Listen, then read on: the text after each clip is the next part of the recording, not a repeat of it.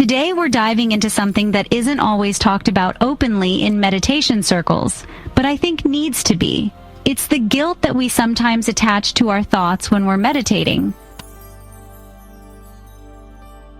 You know the experience. You sit down to meditate, you close your eyes, take a few deep breaths, and then, seemingly out of nowhere, your brain starts doing what it always does, thinking. You remember a conversation from yesterday. You start planning dinner. You imagine an argument you might have next week. You start judging yourself for everything from how you're sitting to how you're living. And just like that, you're out of your breath and deep in your head. Now here's where it gets interesting.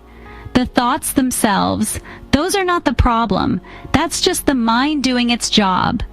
But then something sneaky creeps in, guilt. The feeling that I shouldn't be thinking this, or I'm bad at meditating, or worse, what's wrong with me?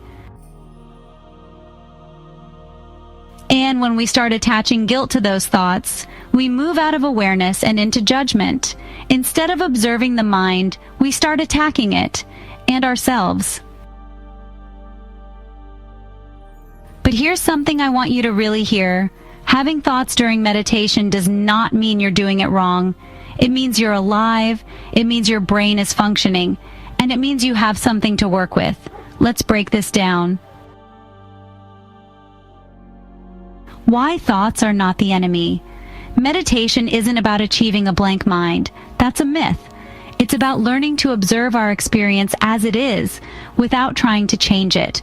It's about becoming aware of the thoughts that pass through and gently returning to whatever anchor we've chosen, like the breath, a mantra, or simply the present moment.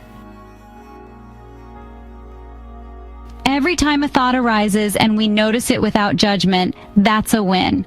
Every time we come back to the breath, that's a rep. That's the practice, not the stillness, the return.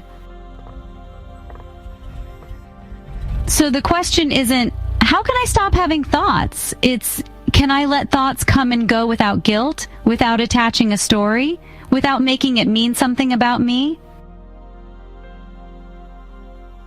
Let's talk about self-compassion here because it's crucial. Meditation isn't meant to be another thing we use to beat ourselves up.